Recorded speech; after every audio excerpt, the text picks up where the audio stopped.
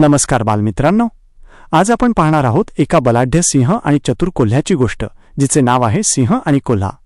एका घनदाट जंगलात एक बलाढ्य सिंह राहत होता. तो जंगलाचा राजा असल्यामुळे त्याला आपली ताकद आणि सत्ता यांचा फार गर्व होता. एके दिवशी सिंह आजारी पडला. तो आपल्या गुहेत पडून राहिला आणि शिकारही करू शकत नव्हता. हे पाहून जंगलातील प्राणी त्याला भेटायला जाऊ लागले, पण जे एकदा गुहेत गेले ते परत आलेच नाहीत. चतुर कोल्ह्याने हे सगळं लक्षात घेतलं. सिंहाने कोल्ह्यालाही गुहेत यायला बोलावलं, पण कोल्हा गुहेच्या बाहेरच थांबला. सिंहाने विचारलं, तू आत का येत नाहीस? कोल्हा शांतपणे म्हणाला, महाराज, मी गुहेकडे येणाऱ्या पायांच्या खुणा पाहिल्या, पण बाहेर जाणाऱ्या एकही खुणा दिसल्या नाहीत. त्यामुळे मी इथेच सुरक्षित राहणं योग्य समजतो. कोल्ह्याचं शहाणपण ऐकून सिंहाला लाज वाटली.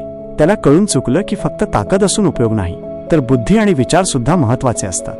बोध: कोणतीही गोष्ट करण्याआधी विचार आणि निरीक्षण करणे खूप आवश्यक असते. गोष्ट आवडल्यास व्हिडिओला लाईक करा आणि चॅनलला सबस्क्राईब करा.